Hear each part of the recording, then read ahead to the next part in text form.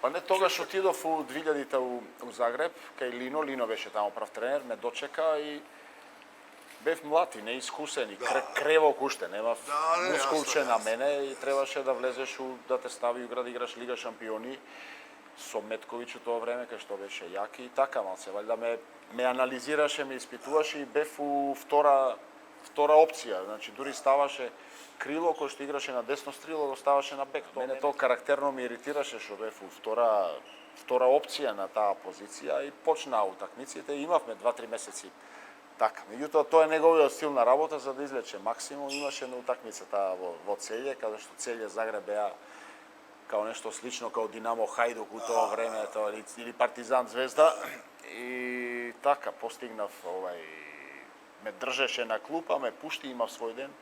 Постигнав 11 дена, еден новинар на Спортски новости, Дражен Пиновиќ, се уште ваш колега, ме праша и види, јас сум и така карактерен, сега можда не више така добив неискуство, али у тоа момент викам, но добро, Киро коначно си ушол у форму, ми сме од тебе очекивали. Кажем, нисам ја тренер ушол затоа што ме ставио на терен да игра.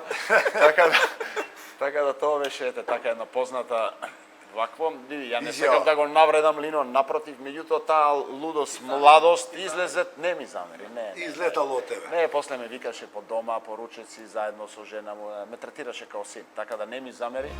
Пресинг со Дарко Панчев.